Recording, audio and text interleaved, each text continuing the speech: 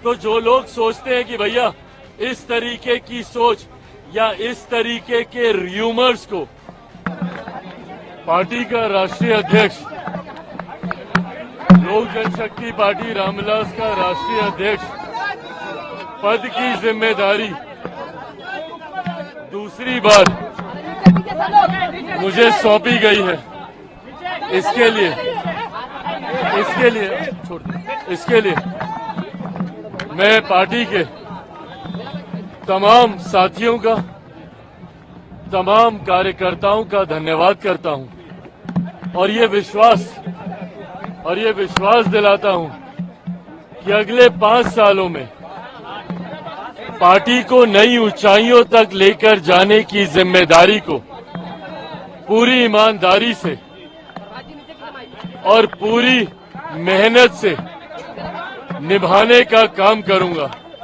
ये पार्टी मेरे नेता, मेरे पिता आदरणीय रामविलास पासवान जी के विचारों पर चलने वाली पार्टी है, उनके सिद्धांतों पर चलने वाली पार्टी है। इस पार्टी के राष्ट्रीय अध्यक्ष की पुनः मुझे जिम्मेदारी मिलना मेरे लिए जहां एक तरफ ये हर्ष और गर्व की बात है, तो वहीं ये एक बड़ी जिम्मेदारी भी है और इस जिम्मेदारी को अगले 5 सालों में पूरी ईमानदारी और मेहनत से निभाते हुए पार्टी को नई ऊंचाइयों तक ले। नहीं, बिल्कुल ये चिंता का विषय है।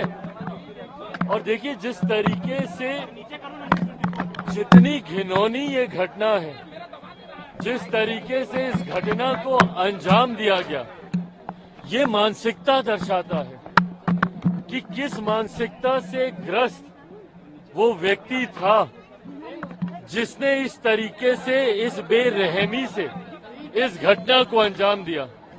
ऐसे लोगों का सभ्य समाज में कहीं पर भी कोई स्थान नहीं है और इन लोगों के ऊपर सख्त से सख्त कार्रवाई होनी चाहिए। हमारी देश की राष्ट्रपति मां महिम तक जब खुद ऐसी घटना के ऊपर चिंता व्यक्त करती हैं, तो ऐसे में उन सरकारों की जिम्मेदारी बढ़ जाती है जिन सरकारों में इस तरीके की घटना को अंजाम दिया जाता है। और ये भी समझने की जरूरत है कि भाई, जिस व्यक्ति ने इस घटना को अंजाम दिया वो व्यक्ति कहीं न कहीं सरकारी व्यवस्था का हिस्सा बना हुआ था, जिसकी वजह से उसे इजी एक्सेस था सरकारी डिपार्टमेंट्स और सरकार का संरक्षण ऐसे व्यक्ति को मिल रहा है, तो एक चिंता की बात है।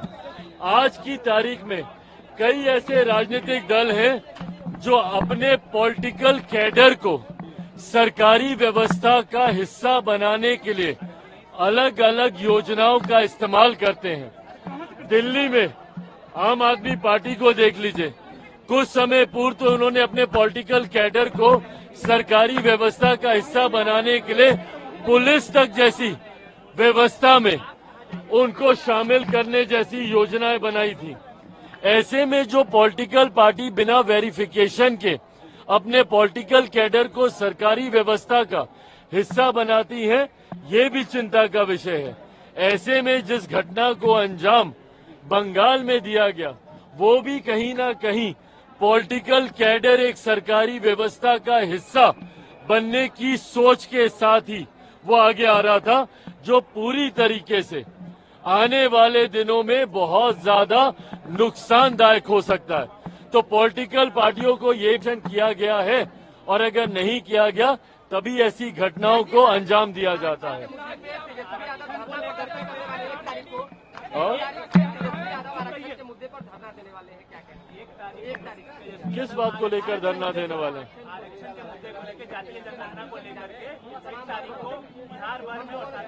भाई, जातीय जनगणना आप यहाँ पे करा ही चुके हैं। आरक्षण को लेकर जितनी बातें थी, ये हमारे प्रधानमंत्री आदरणीय नरेंद्र मोदी जी स्पष्ट तौर से कह चुके हैं कि आरक्षण के जो प्रावधान डॉक्टर बाबा साहेब भीमराव अंबेडकर ने बनाए थे, उन प्रावधानों के साथ कहीं कोई छेड़छाड़ नहीं की जाएगी। तो इसके बाद राजनीति करने का क्या मतलब है? और जहां तक रही बात जातीय जनगणना को लेकर, बिहार में जाति आधारित जनगणना हो ही चुकी है और बाकी राज्यों में जहां पर इनकी चिंता है, तो जिस गठबंधन का ये हिस्सा है, क्यों नहीं उन गठबंधन की सरकारें जहां जहां पर है वहां पर जाति आधारित जनगणना कराई जाती है? क्यों नहीं जहां पे इंडिया अलायंस की सरकारें हैं, जहां पर कांग्रेस की सरकारें हैं या इनके समर्थन वाली सरकारें हैं, क्यों नहीं वहां पे जाति आधारित जनगणना ये लोग कराते हैं? तो उसके लिए बिहार में धरना देकर क्या मतलब है? आप कहेंगे कुछ, करेंगे कुछ और बिना मतलब इन बातों पर राजनीति करेंगे, ये उचित बात नहीं है। अगर बंगाल चलेगा तो आसाम, बिहार और दिल्ली भी चलेगा। ममता बनर्जी कह रही है कि अगर बंगाल चलेगा तो आसाम, बिहार और दिल्ली भी चलेगी। ऐसे शब्द एक राज्य के मुख्यमंत्री को शोभा नहीं देते। कोई भी बंगाल को जलाने की सोच नहीं रखता है, पर अगर वहां पे एक घटना घटी है तो वहां पे पीड़ितों को न्याय मिलना चाहिए और वो किसी भी राज्य में। मैं इस बात का पक्षधर हूं, देश के किसी एक भी कोने में महिलाओं के साथ अगर इस तरीके की घटना घटती है तो जल्द से जल्द दोषियों पर कड़ी से कड़ी कार्रवाई होनी चाहिए। पर अगर आप उस बात का उदाहरण लेकर देश को जलाने की सोच अगर कोई राज्य का मुख्यमंत्री रखता है तो इससे ज्यादा शर्मनाक और कोई बात नहीं होगी।